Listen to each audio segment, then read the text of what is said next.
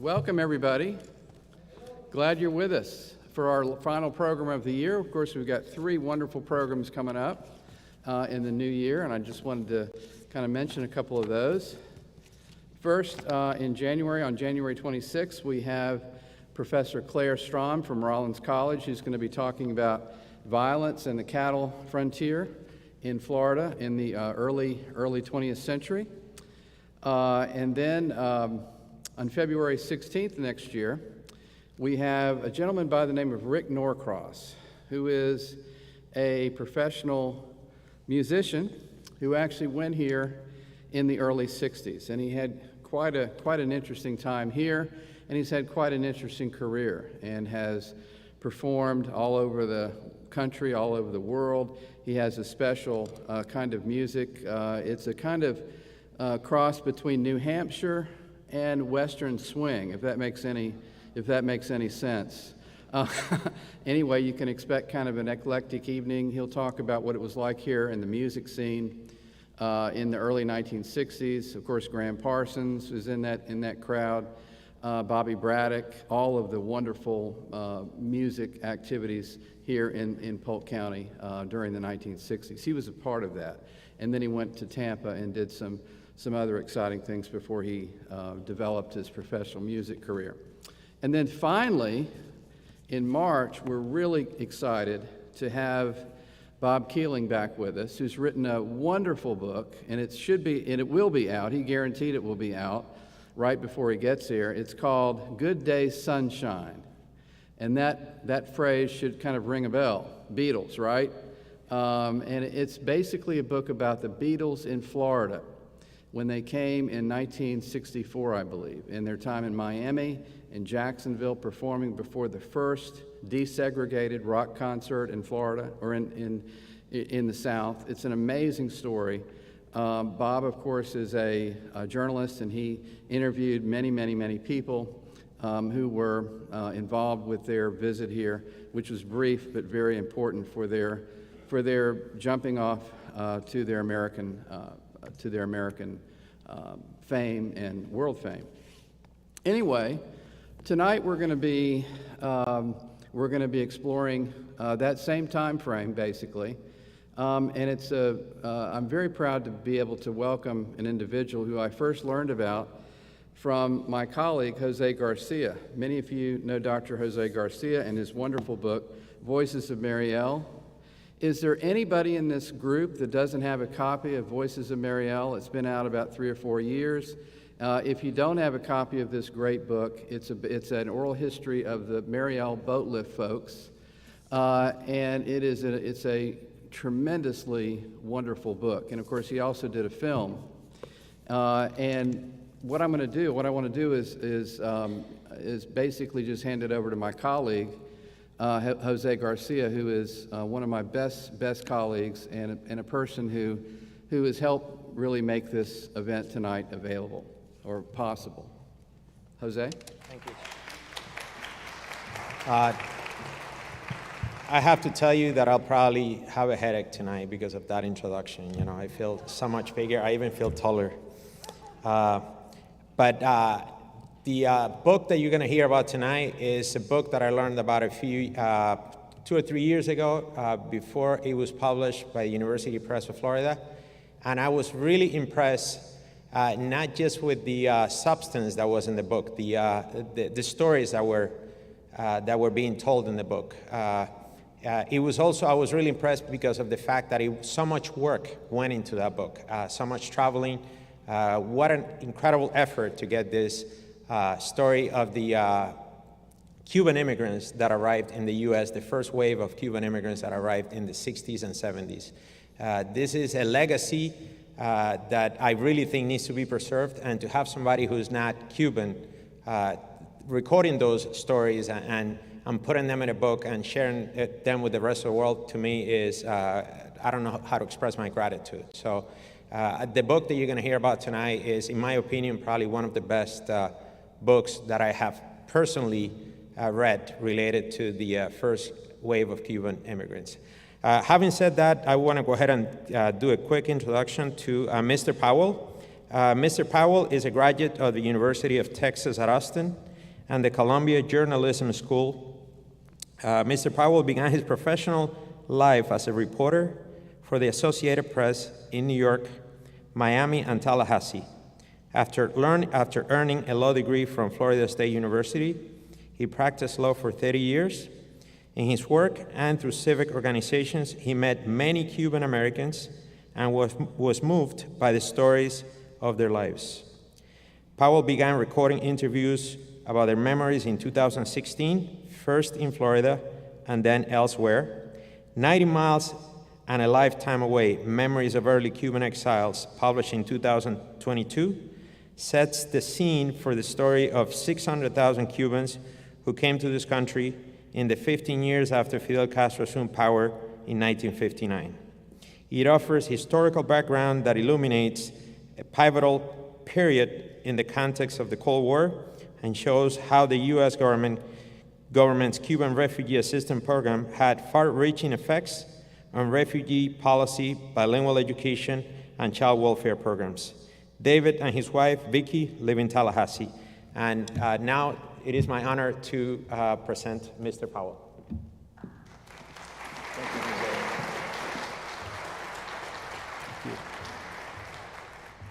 Thank you, Jose, for that very generous introduction. And thank you for being one of the outside experts who reviewed my manuscript and critiqued it when it was still going through the editorial process in Gainesville. Your comments and suggestions made it a much better book than it otherwise would have been, and I'm very grateful to you.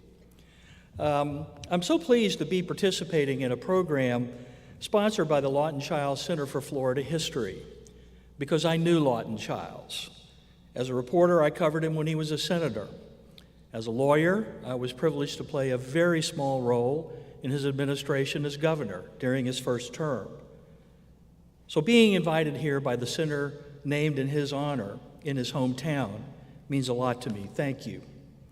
My topic tonight is the early Cuban exiles who came to this country during the first 15 years after Fidel Castro took power in Havana. As you will see, it's the beginning of a story that is continuing in our time. The story of the early Cuban exiles tells how and why it all began. I'll save time at the end for your questions and your comments. The early exiles were 600,000 Cubans who came to the United States from 1959 to 1973. They came in two massive waves. Most of the early Cuban exiles arrived on airliners. First, commercial airliners, but later, airliners chartered by our government to bring Cuban refugees to this country. The Cubans who came during this period laid the foundation for the modern Cuban American community that has been so important in our state. The story I'm going to tell you tonight is based on my oral history book about the early Cuban exiles. Sometimes we forget that history is lived by real people, people like you and me, people like our neighbors, people like our co-workers. To understand the exiles and their story, I interviewed 54 persons who either participated in or witnessed the beginning of the Cuban diaspora. For many, it was the most traumatic experience of their lives. Most of my book is taken directly from those interviews, and so is much of what you'll hear tonight. And I'm often asked why I chose to write a book about the Cubans. The answer is simple. It's a great story, because it's a story about ordinary people caught in a struggle between powerful historical forces over which they have no control. But it's more than that, because it's a story about America at its best. Not perfect by any means, but as the land of refuge and opportunity that it's always been for oppressed people from around the world. And it's a story that shows how refugees will strengthen our country if we let them. Almost 2.5 million people in the United States were born in Cuba or describe themselves as descendants of those who were. They are the third largest group of Hispanics in this country after Mexican Americans and Puerto Ricans. 2/3 of them live in Florida, and their influence on our state has been profound, economically, culturally, and politically.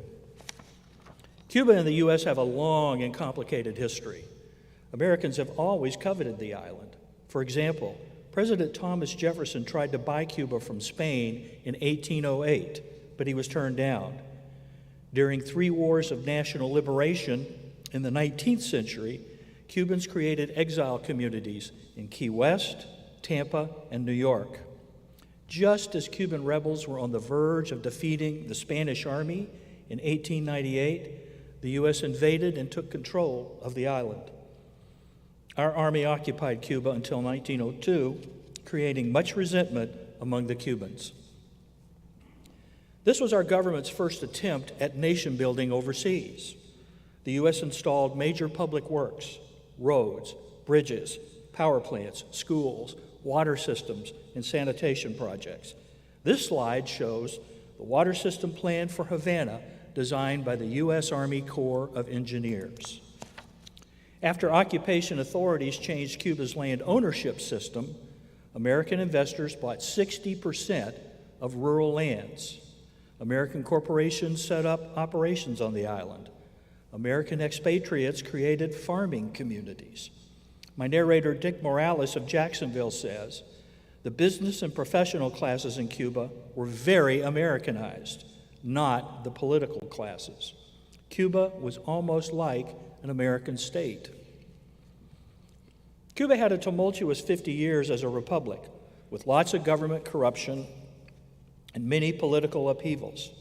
The U.S. sent troops to quell unrest 3 times. In 1952, Cuban democracy ended with a coup organized by a former president and military man, Fulgencio Batista. Starting in Prohibition, Americans made Cuba a popular destination. After World War II, the island's reputation as both exciting and slightly disreputable drew more and more Americans. By then, it was just a short plane ride from Miami. Dozens of flights went between Miami and Havana every day for round-trip airfares as low as $36. Airlines connected Cuba to New York, New Orleans, Houston, and other cities. An automobile ferry ran between Havana and Key West. Havana was one of the most glamorous cities in the world. Many of my narrators have fond memories of the city from those days before the revolution. Carmen Royce of Miami was trained as a lawyer, married, and had a son before the revolution. Carmen says, to go to Havana was an adventure. It was big, exciting, fun. She met Ernest Hemingway at his favorite bar, the Floridita, which is still there. She remembers the nightlife in Havana, the opulent hotels, the gambling casinos, the lavish shows. She saw Nat King Cole at the Tropicana, and believe it or not, Tony Bennett at the Capri. Tony Bennett in 1950s Havana. Some of the hotels and casinos were owned or controlled by American gangsters who shared their profits with Batista. Before dawn on New Year's Day, 1959, the dictator fled the country after his army lost a decisive battle to guerrillas led by a young lawyer named Fidel Castro. Henry Martell of Coral Gables remembered being at a New Year's Eve party. That's one night I will never forget, he said. Everybody was shocked. You had government officials going back to Havana to see how they were going to get out. Others were happy. Henry's father was a law professor at the University of Havana. Henry said, we knew Castro, very bright, very rebellious. My father said if Castro had applied his smarts the right way, wow, he could have been the greatest of the greats. Thousands of the dictator's supporters fled to Miami on airplanes or boats, and that marked the start of the first wave of Cuban exiles. Castro led a triumphal procession from eastern Cuba to the capital, more than 600 miles. He stopped at cities along the way, to accept the surrender of Batista's soldiers and to embellish his legend. Throughout the country, Castro was greeted as Cuba's liberator. He was 32 years old. This photograph shows the crowd watching Castro enter Havana on January 8th, 1959, after his week-long caravan of freedom. And I think you can see on the faces of the people in that crowd what their mood really was. Emilio Cueto of Washington, D.C. remembers that day. Emilio had just graduated from the same prestigious Jesuit school that Castro had graduated from in 1945. Emilio says, "I was a Fidelista. We thought we had a Catholic man, young, socially minded, who promised so much change. He promised the whole program, political and economic, of a liberal democracy. Everybody was so hopeful." Castro promised to fulfill the aspirations that had animated the freedom fighters of the 19th century, end foreign domination of their island, and promote the general welfare. Andreas Duani of Miami says, "Americans tend to underestimate the importance to the Cuban people of Castro identifying his revolution as the culmination of the Cuban War of Independence." At first, Castro was a popular figure in the United States. We forget now that he was regarded as a hero for having ousted a brutal dictator. He was called a Robin Hood. His first trip to the United States was in March 1959. In New York, Washington, and Boston, he was greeted like a rock star. But there was a dark side to the new regime.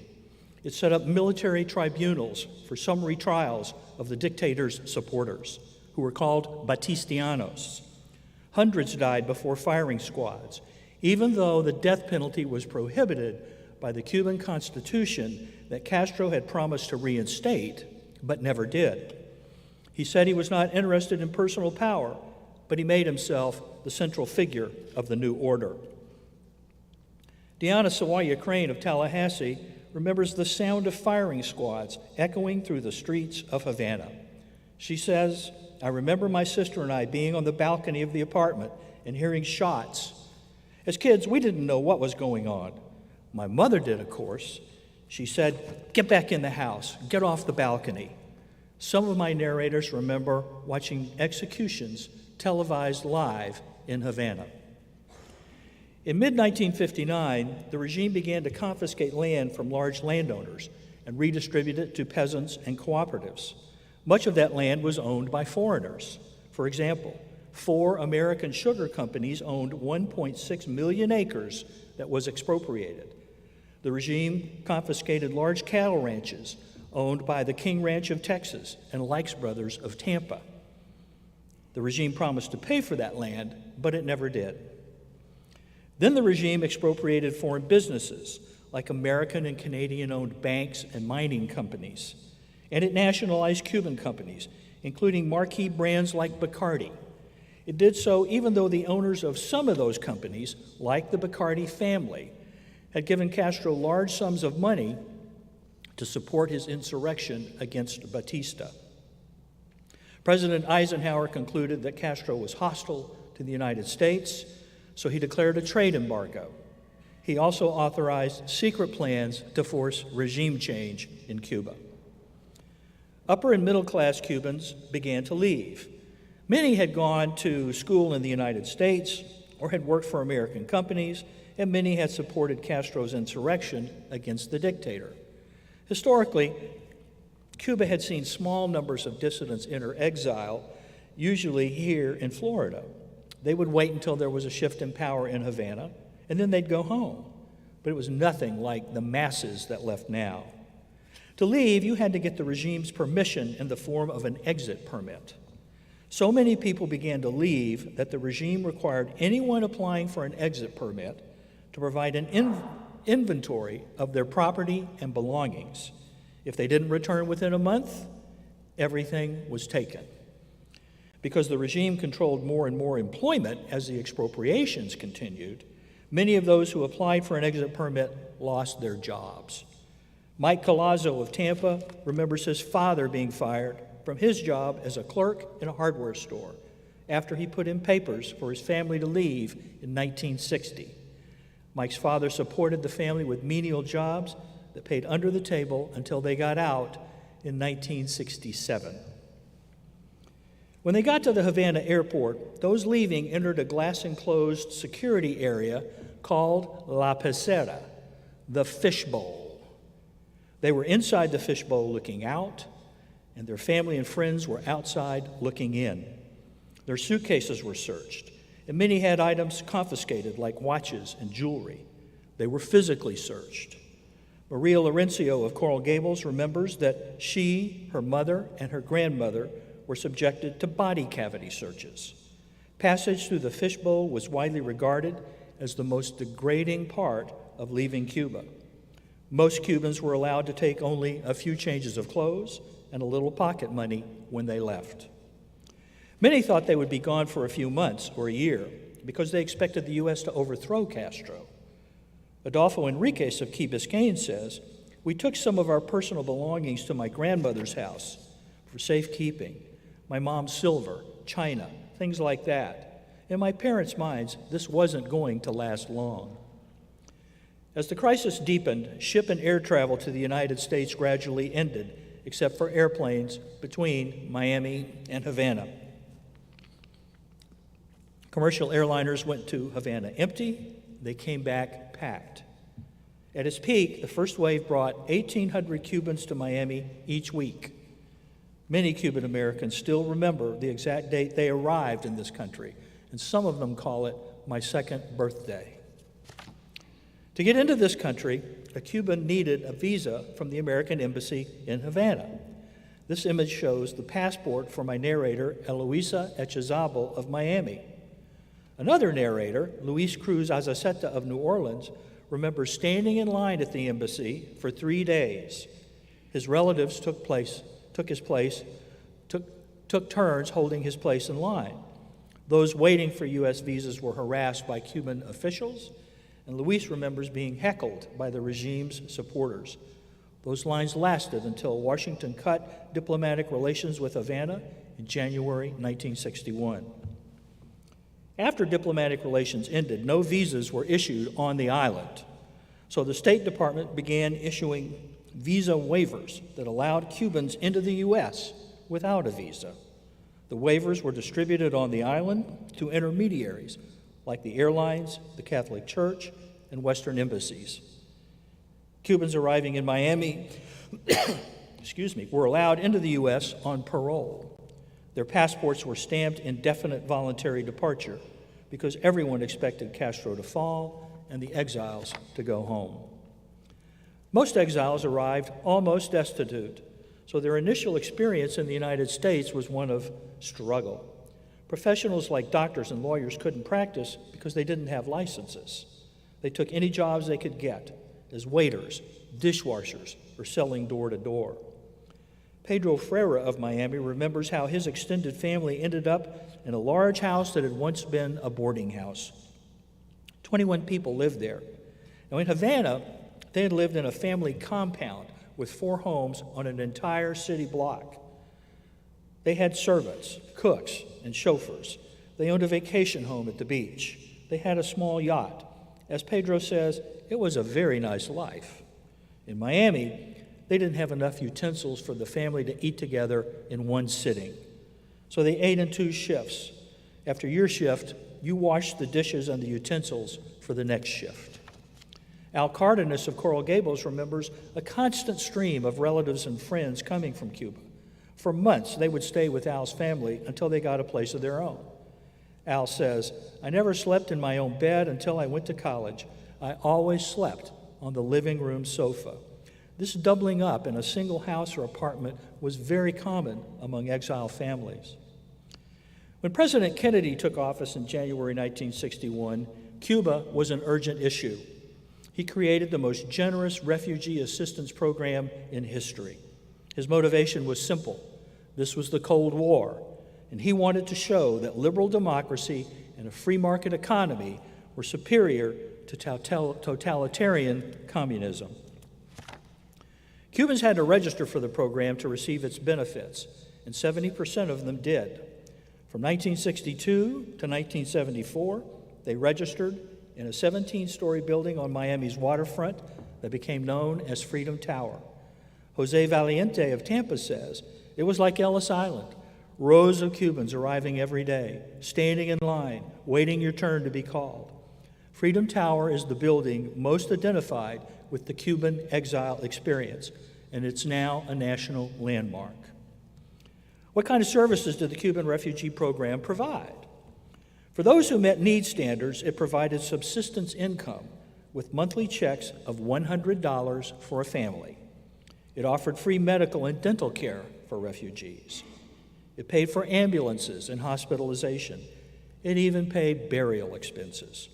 To this day, Cubans who came during that period remember the help they got from the government.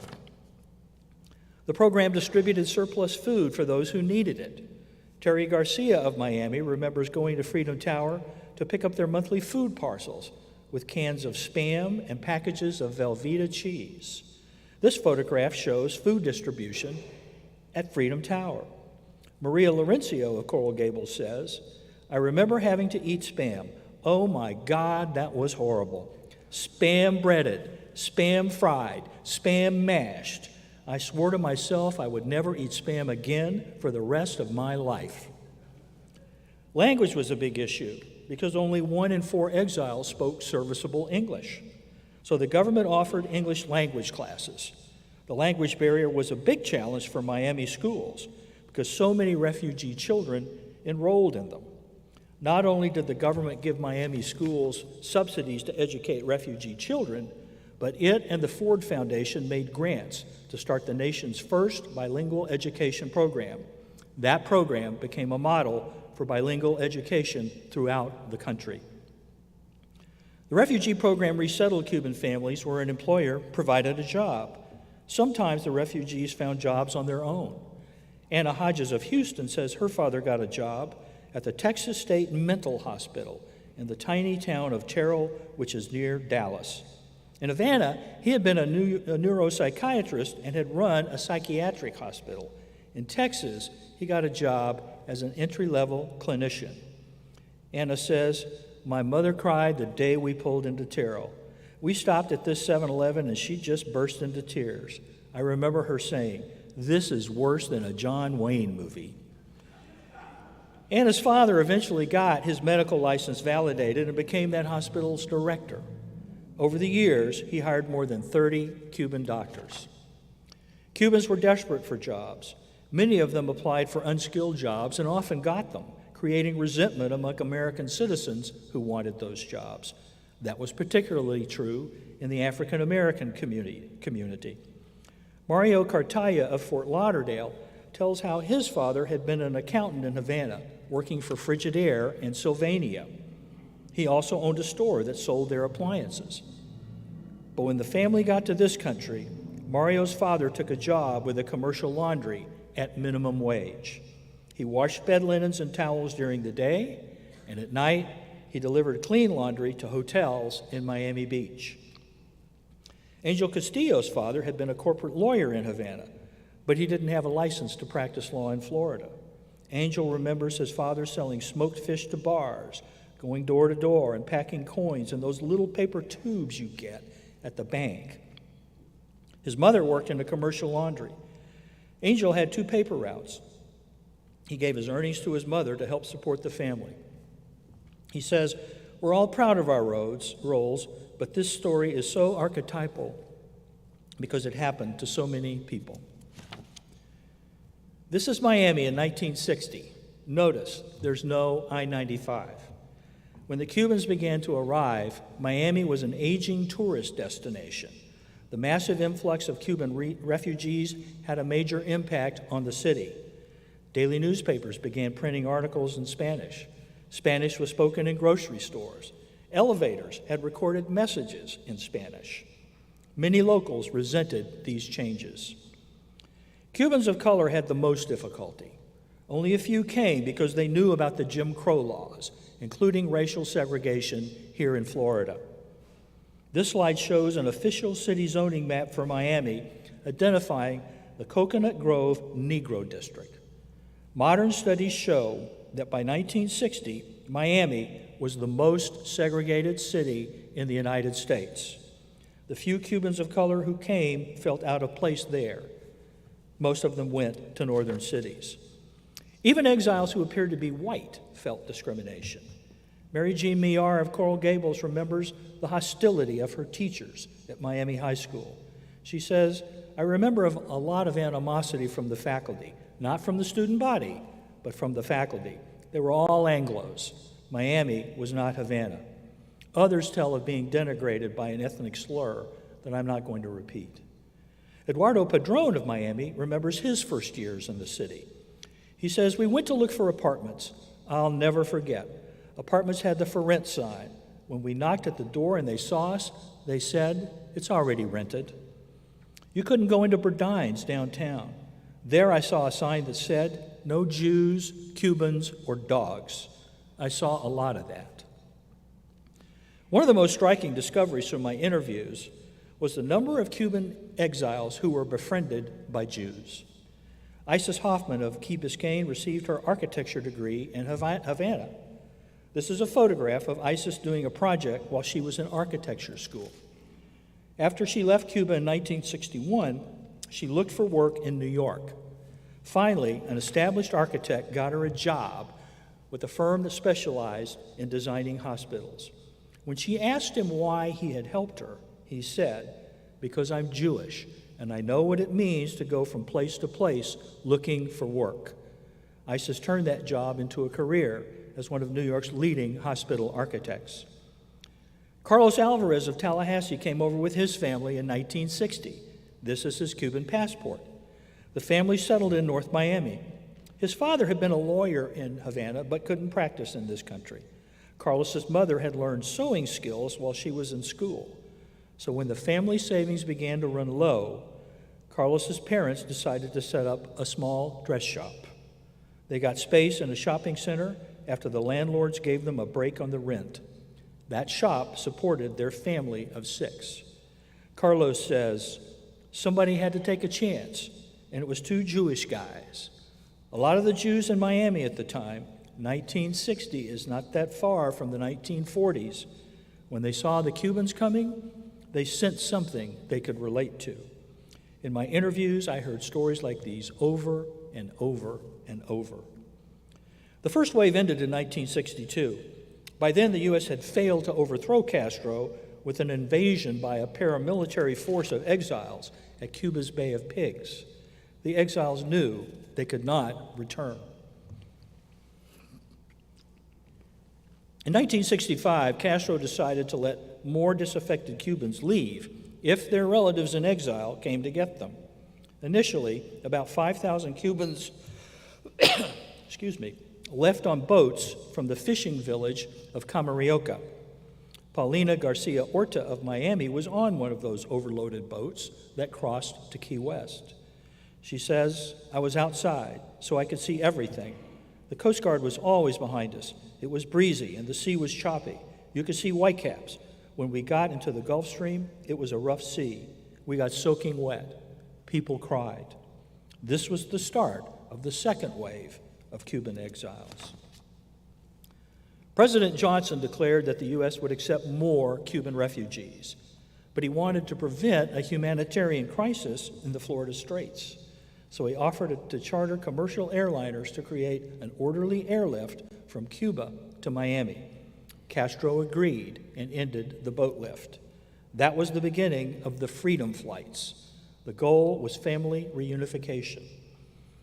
Seats were reserved for relatives of those already in exile. Those leaving Cuba had to apply for a seat, and Cuban exiles in this country had to formally claim them. That's the term, claim. The Swiss embassy in Havana compiled a master list, and Havana chose who got to leave with a weekly lottery. Initial estimates were that 50,000 to 100,000 Cubans would come to the U.S. on the freedom flights, but no one knew what to expect. The freedom flights were unprecedented. A government-sponsored, open-ended evacuation of refugees from a foreign country. Those who applied to leave Cuba were punished. This time, the punishment was more than losing their jobs. Heads of households were sent to forced labor camps, usually to cut sugarcane or pick cotton. Nestor Rodriguez of Miami says his father was sent to work in the fields and to clean sewers while the family waited for exit permits. Nestor says, "Look at the symbolism. You want to leave and have a better life? We're going to show what the revolution thinks of you." Nestor's family finally was allowed to go to Spain, where they waited almost 2 years for a U.S. visa. As before, Those wanting to leave turned in an inventory of their property and belongings. Maribel Henley of Miami remembers when soldiers showed up at her parents' apartment. She says, "They come, take you out, put red tape on your door, and that's it. Whatever you're wearing, that's all you're taking. We didn't take anything." The Freedom Flights flew between Miami and the beach resort of Veradero, about 70 miles east of Havana. Passengers reported to a processing center in Havana and then were bused to Veradero. There they were searched again, pardon me, and examined by U.S. immigration and health inspectors. Dick Walker of Tallahassee was the co-pilot on some early Freedom Flights.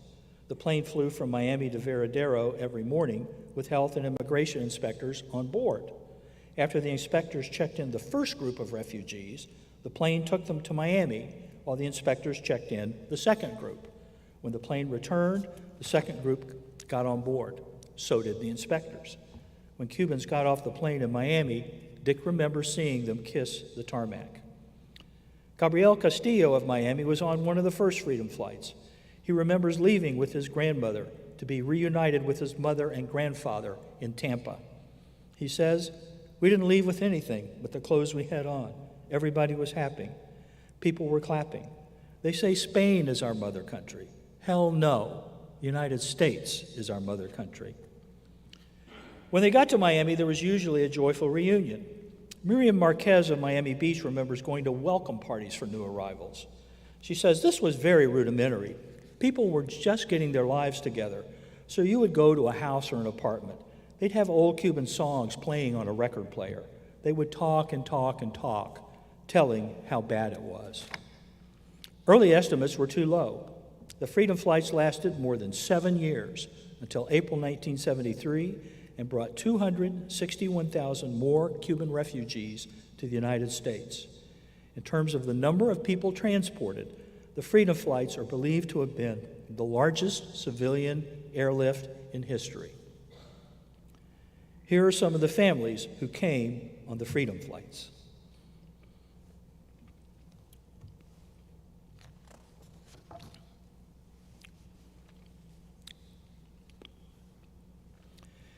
In all, 350,000 Cuban refugees came in the second wave before it ended in 1973.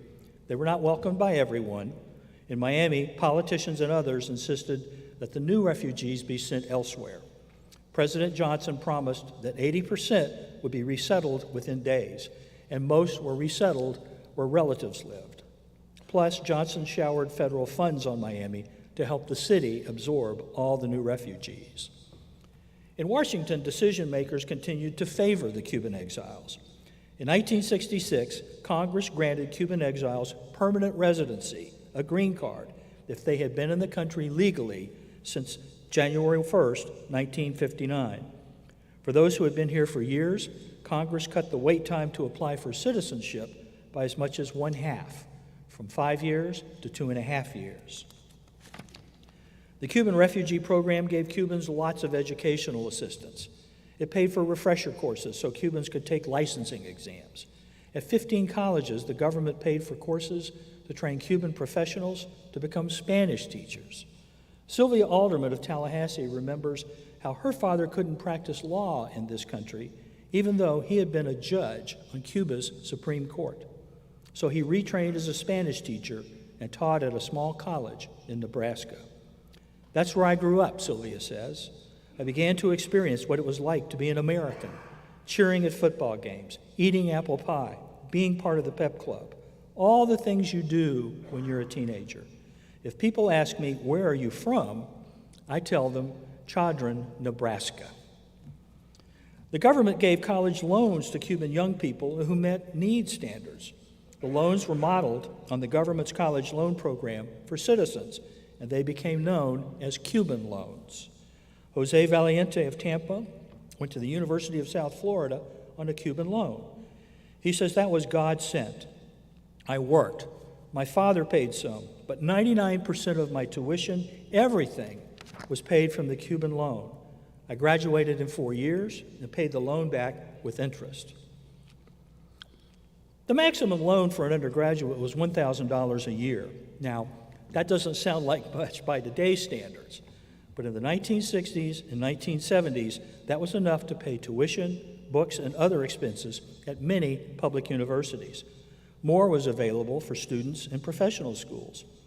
Many of those who became leaders in their communities and professions got a higher education with a Cuban loan from American taxpayers. The Cuban Refugee Program eventually became controversial, and congressional budget writers tried to cut or end it. One of Lawton Chiles' first challenges when he entered the Senate in 1971 was to protect the Cuban Refugee Program. He was successful. The program lasted until 1981. Cubans started businesses like restaurants, coffee shops, pharmacies, and insurance companies. This is a photograph of the first Cuban grocery store in Miami, El Oso Blanco, or the White Bear. Many owners were helped by the fact that they came from an educated middle or upper class, and some had help from the government. One study showed that the Small Business Administration awarded almost half its loans in Miami to Cuban firms during this period. Other Cuban exiles gave them their business. Hector Laurencio of Coral Gables says, "When I had to go to a pharmacy, I didn't go to an American pharmacy. I went to the little Cuban pharmacy. If I would have a sandwich, I didn't have an American sandwich. I had a Cuban sandwich. If I was going to drink coffee, I would not drink American coffee. I would have a Cuban coffee. That's one of the reasons we were successful. We created our own free enterprise economy." Over the years, the early Cuban exiles prospered. They networked with Cuban exiles in other countries and began to trade with them. They led the remaking of Miami from an out-of-date resort into a modern center for international trade and finance. Today, 1/3 of all U.S. trade with Latin America goes through Miami. Maria Elena Villamil of Coral Gables grew up in Tampa, where her family settled after coming to this country in 1959. After going to college in New Orleans and then graduate school on a Cuban loan, she moved to Miami and found a very different world. She says, "When I came to Miami, it was culture shock. It was like night and day. Since there were so many Cubans, everything was Cuban-oriented. I only became more Cuban when I moved to Miami." The Cubans became one of the most rapidly successful immigrant groups in American history. There were many reasons for their success. Some were happenstance, like the large number of educated refugees in the first two waves. But other reasons were the result of deliberate policy choices made in Washington, like the preference that Cubans received under our immigration and naturalization laws, and the massive educational assistance they got. Being in Miami was an advantage because it was a young city at a world crossroads, but one whose economy needed to be reinvented just as the Cubans arrived. And of course, the Cubans benefited from their tenacious drive. Today, Cuban Americans are concentrated in major urban areas of 15 states and the District of Columbia. The 4 counties with the largest numbers of Cuban Americans are all in Florida: Miami-Dade, Broward, Palm Beach, and Hillsborough. The Cuban diaspora that began in 1959 is still unfolding.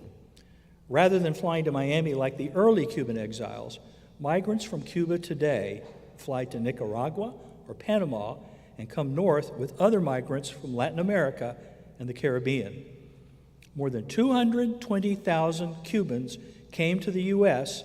in the fiscal year that ended on September 30th. Another 30,000 came in the month of October. Today, Cubans are one of the top nationality groups arriving at our southwest land border because Cuba is in crisis. It suffers from an economic model that doesn't work, the 60-year-old U.S. trade embargo, the after effects of the COVID-19 pandemic, and the loss of foreign sponsors like Venezuela. And Cuba has an aging and declining population. Think of that. Cuba's population has been in actual decline since 2016. It's the only country in the Western Hemisphere experiencing a net loss of population. Why? Young Cubans are leaving, and the country's low birth rate is not replacing those who leave or die. Unless something dramatic changes on the island, That decline is projected to continue through this century. More Cubans will come here because conditions there are so dire, as we saw vividly during the massive protests of July 2021. When I was in Havana in April at the airport, I saw hundreds of Cubans lined up with suitcases waiting for flights to Nicaragua. So the Cuban diaspora that began in 1959 continues.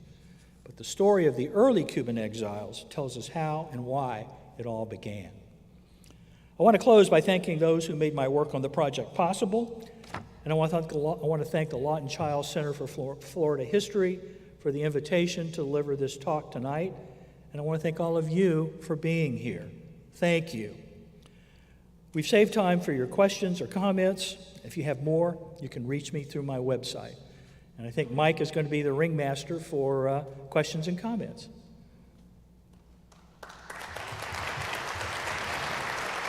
Thank you.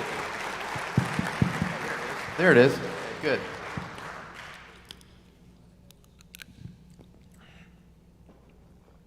Any questions?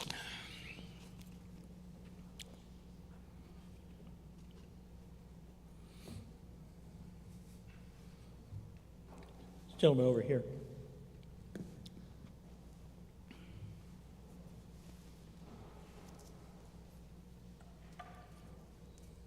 Hi. I actually know you from Tallahassee, but that's okay. I lived on Miami Beach in 1958, 59. I lived there from early 50s till I went to college. And what I remember is rich Cubans coming to Miami in the 50s, like, you know, people who lived in very fancy houses and stuff. I lived on Miami Beach, so it wasn't where they did. And I just wondered if you found any of those people, because, you know, they seem to leave Cuba with their money, and I don't know how they did that. There were a few who, well, let me back up. Some of the Cubans during the 50s, during the Batista regime, put money in the United States. They were banking against the day when they might have to leave the country. And I did find and interview a couple of them, and they're in the book. But the vast majority of people who came over in the first wave and the second wave really left everything behind. They really came here almost destitute. And that's why the Refugee Assistance Program that President Kennedy set up was so important to so many of them.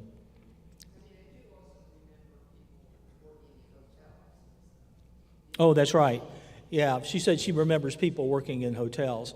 Yeah, they took any jobs they could get, cab drivers, you know, commercial laundries, waiters. I mean, just the list goes on and on and on. That's right. If I could add something to her question. My mother visited Miami Beach in 1958 as a tourist. And who was going to tell her that years later she was going to be on a boat, escaping literally Cuba, coming to the United States. So, and I'm sure there were thousands of other Cubans that experienced that. Mm-hmm.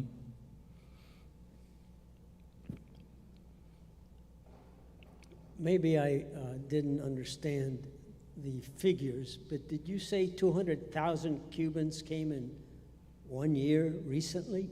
Yes, 220,000 Cubans came in fiscal year 2022 from October 1 of 2021 to September 30th of 2022, 7 weeks ago. 220,000 of them. In the month of October of 2022, the data that came out today from Customs and Border Patrol was that another 30,000 Cubans came in that month alone. So the pace of the departures from Cuba is accelerating. You heard the numbers. You heard the numbers correctly. They're astonishing. Where are they? The 220,000? I know of probably hundreds. Now, I mean, I don't know them personally, but I know at least quite a few Cubans arriving in Lakeland, moving to Lakeland, except Powell County, except that it's sometimes it's not easy to detect them. You know what I mean? But there's hundreds of Cubans arriving in Polk County. The Cuban, we have a website here for Cubans, and the website Cubanos en Lakeland, Cubans in Lakeland, went from something a couple of years ago, it was about 600, 700, is over 10,000 now, a Facebook page. Most of the Cubans who today are arriving at our southwest land border are asking for political asylum, as they are legally entitled to do. And they are given a hearing date, sometimes as much as 2 years into the future. And then they are released on parole into this country, the same way Cubans in the first and second waves were released on parole. Yep. That's what we're experiencing right now. Any other questions?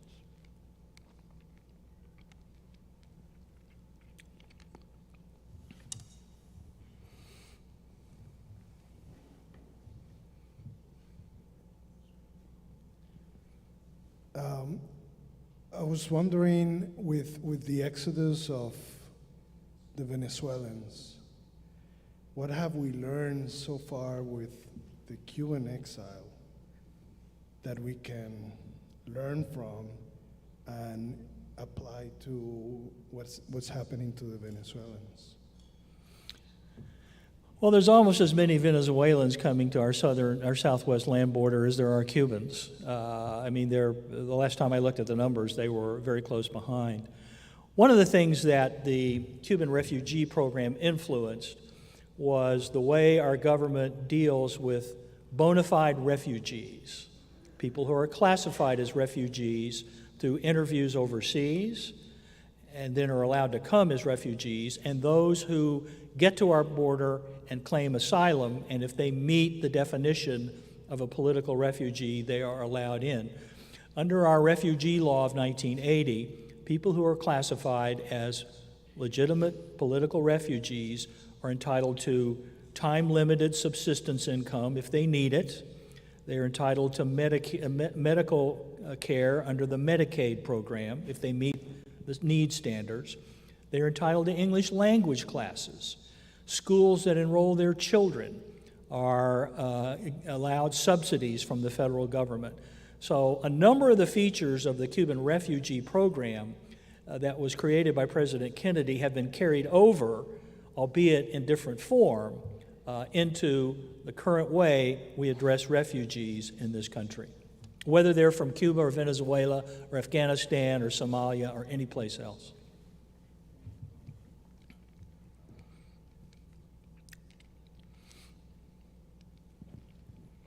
This might be a silly question, but you said you narrated 52 or 54 Cubans?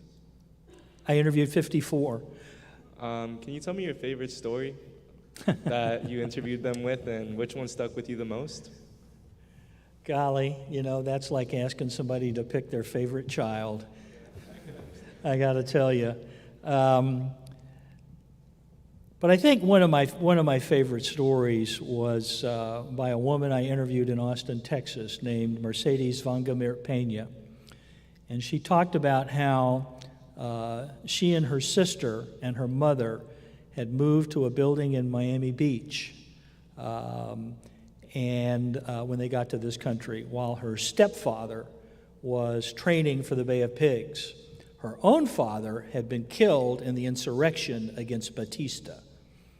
And she told the story of how she and her sister and her mother went to a building in Miami Beach where there were the only Cubans. Everybody else was Jewish. They were from the North, they were from Europe. Some of them were Holocaust survivors. And she said, I had this wonderful experience of being the only grandchild in this building with 50 old Jews who were just wonderful. So that was one of my favorite stories.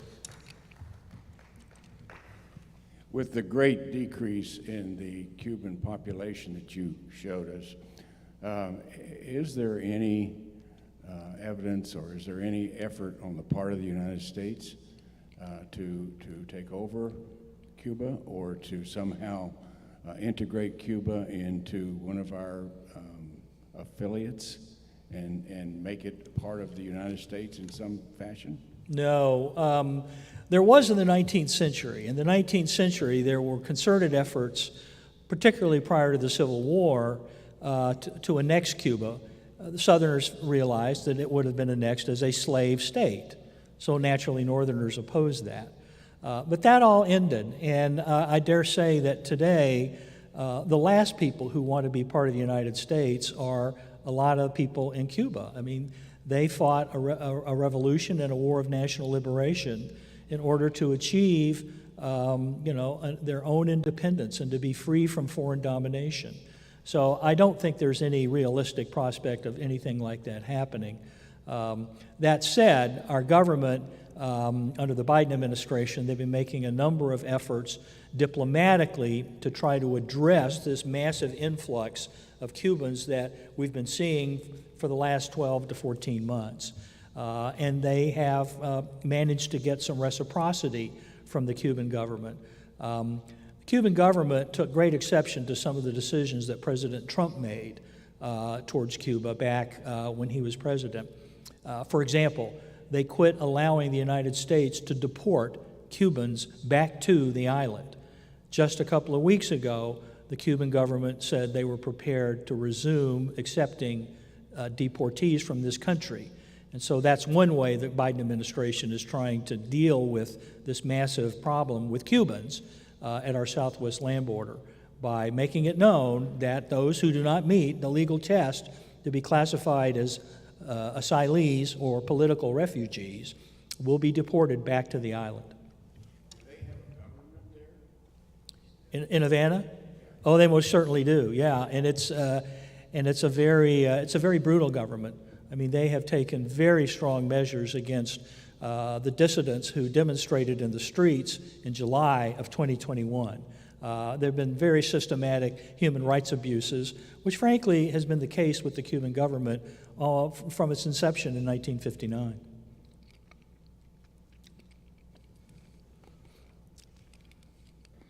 I see you. Hi, David. Welcome to Lakeland. Thank you. Yeah, I get periodic emails from Ileana Sanchez, who you may be familiar with. She's a Cuban dissident, I would say. She lives in Cuba, and she periodically sends out updates on the horrible economic situation in Cuba. She's a very fervent critic of the regime there. Do you know much about the situation there concerning dissidents and how they're treated and able to continue speaking out against the problems plaguing the country? I don't. I mentioned that I had been in Cuba for a week back in April. I went simply as a tourist, and I had to I had to steel myself against the temptation to be either a reporter or an author and to interview people. So the short answer to your question is I have not investigated that. Personally, I have read popular press accounts of the way that the regime there is repressing dissidents and others, and the kinds of punishments that are being meted out by the Cuban courts. And they're severe, and they're not pleasant.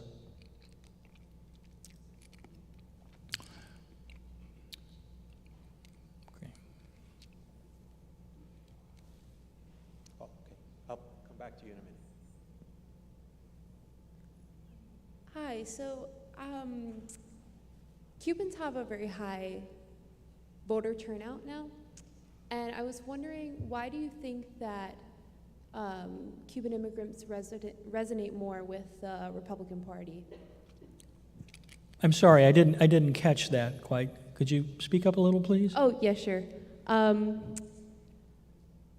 was wondering why you think personally, like after all this historical data you've collected, why Cubans associate more with the Republican Party? I think the short answer to that question is that particularly those in the first and second waves who came over between 59 and 73 blamed President Kennedy in particular and the Democrats for the failure of the Bay of Pigs. And we have to also remember that when President Kennedy settled the Cuban Missile Crisis, one of the things he did was he promised that the United States would not invade Cuba. So even though he created this very generous refugee assistance program specifically for the Cubans, one of the ironies in the story, to me at least, is that they revile him to this day. Many of them do. Some of them over time told me that they came to appreciate, the more they thought about it, why he had made the decisions that he made. And they seemed more understanding about his decisions. But, you know, the survey results, for example, in Miami-Dade County show that 2/3 of the Cuban Americans who are registered to vote are registered as Republicans, only 1/3 as Democrats. That is absolutely the reverse of most of the other Hispanics in Miami-Dade County, who registered Democratic by 4-1. So you're absolutely right that there's a clear affinity among Cuban Americans for Republicans and a particular brand of Republican politics, but it's not universal. Do we still have a military base in Cuba? Yes, we do. We pay $2,000 a year for lease payment on a lease that goes back to 1902 and has no expiration date. The Cubans never cash the check. They apparently, you know, put it in a bank account somewhere. Yeah. This lady here up front had a question, Jose. Okay, sure. Through all your research and interviews, what do you think the future holds for the country of Cuba?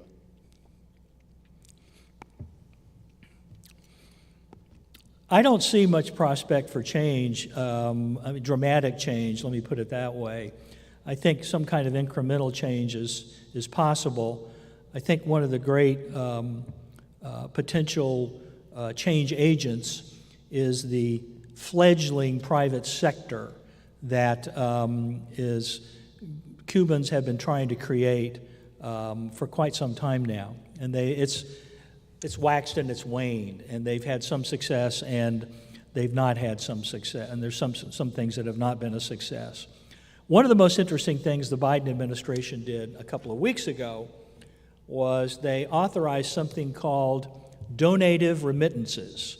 Now, for many years, our government has allowed Cuban Americans to send money, remittances, to relatives on the island, the same way that refugees from other countries, migrants from other countries, send remittances to their families in Mexico or wherever they might come from. What the Biden administration has announced is that they're going to allow donative remittances for Cubans. And that means anybody, you, me, in this country, can send a remittance to somebody in Cuba, even if they're not a relative. The underlying idea is it's a way for Americans to invest capital in private enterprises in Cuba, because there are a lot of small businesses in Cuba. We did business when I was there in April with a lot of entrepreneurs who were specializing in serving tourists. And that's their great hope, that eventually American tourists will come back to the island the way they've hoped that we would for many years. So the donative remittances are one way that the Biden administration at least thinks that it's possible to help bring about change on the island. But I would suggest if we've learned anything over the last 62 years, it's that Cuba is not going to change simply because politicians in Washington or Miami want it to. It's only going to change when the Cuban people decide to make that happen and are able to do so given all that's arrayed against them by a very powerful regime.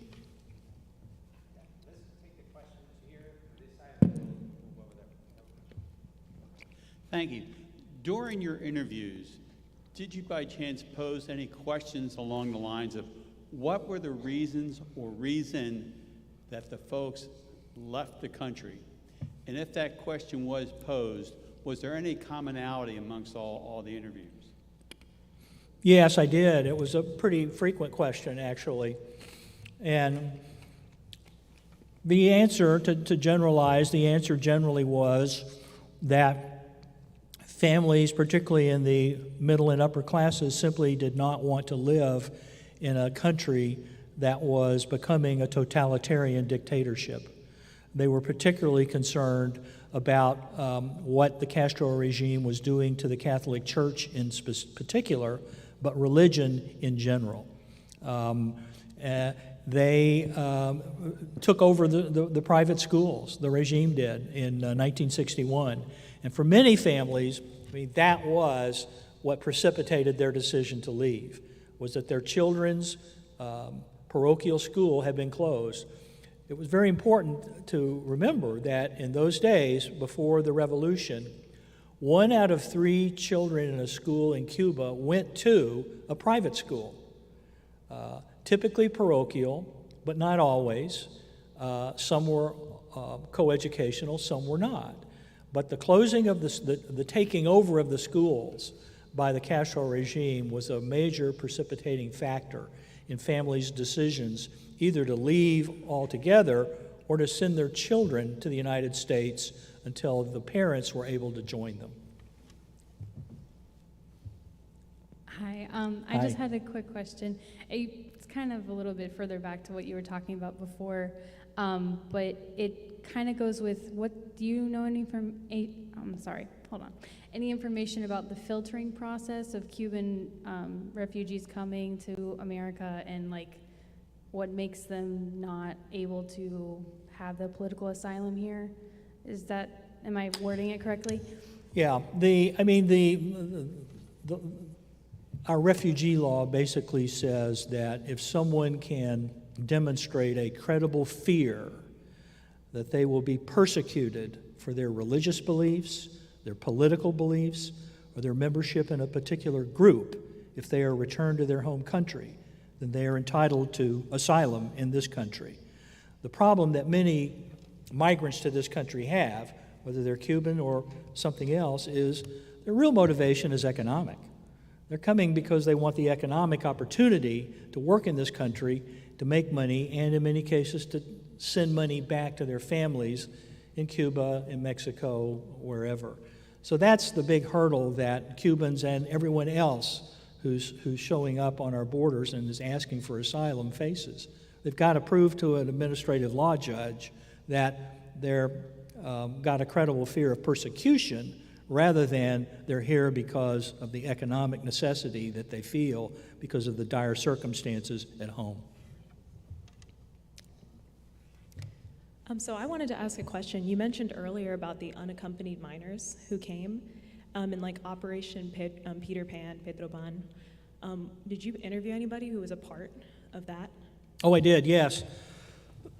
Excuse me. And that was one of the real challenges of doing the book because that's probably the best known story about the early Cuban exiles. 14,000 unaccompanied children brought to this country between 1961 and October of 1962 by the Catholic Church and the United States government. And they were cared for while they waited for their parents to come.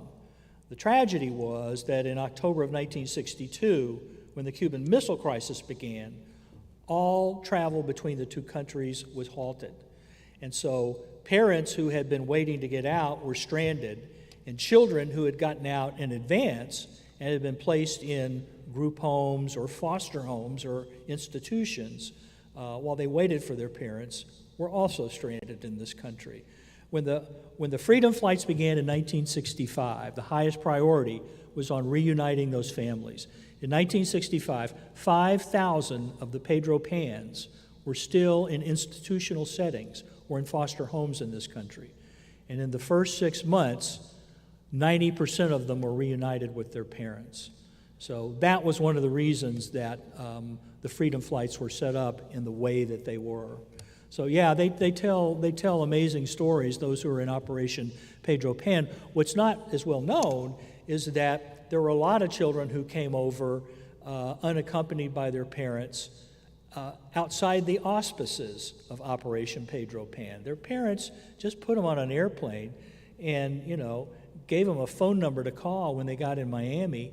And they got to Miami and they, were able to reunite with family or friends without the intercession of the Catholic Church or Operation Pedro Pan. So it was a pretty amazing story in and of itself, and I think shows the sense of desperation that many parents in Cuba felt in those years. Any other questions? Did you know that Jeff Bezos' stepfather, was a member he was an exile from the Peter Pan operation, the owner of Amazon? Interesting. Yes. Any questions True, over there? yes.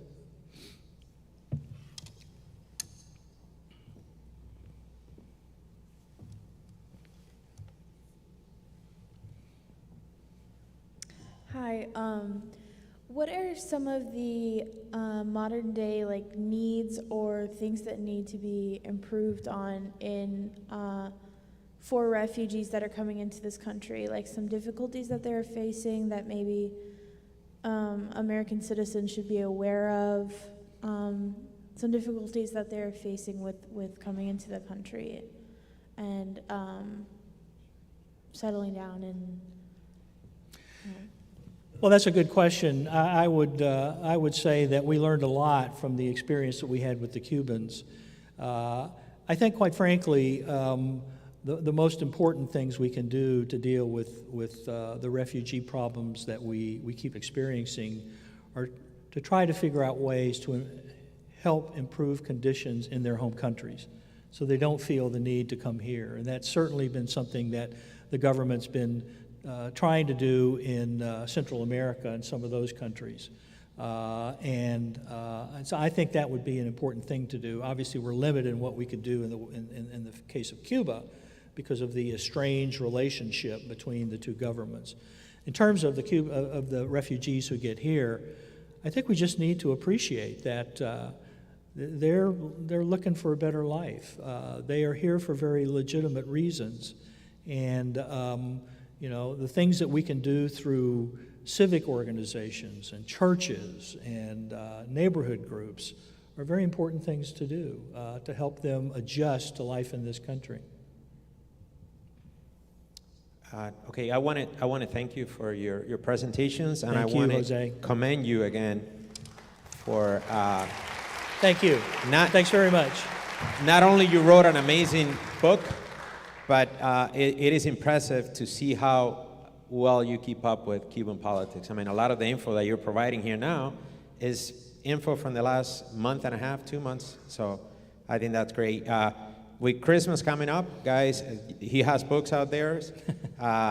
This would be, if you have any Cuban friends, this would be a great book to give as a Christmas present. I honestly think so. It's a real great historical piece.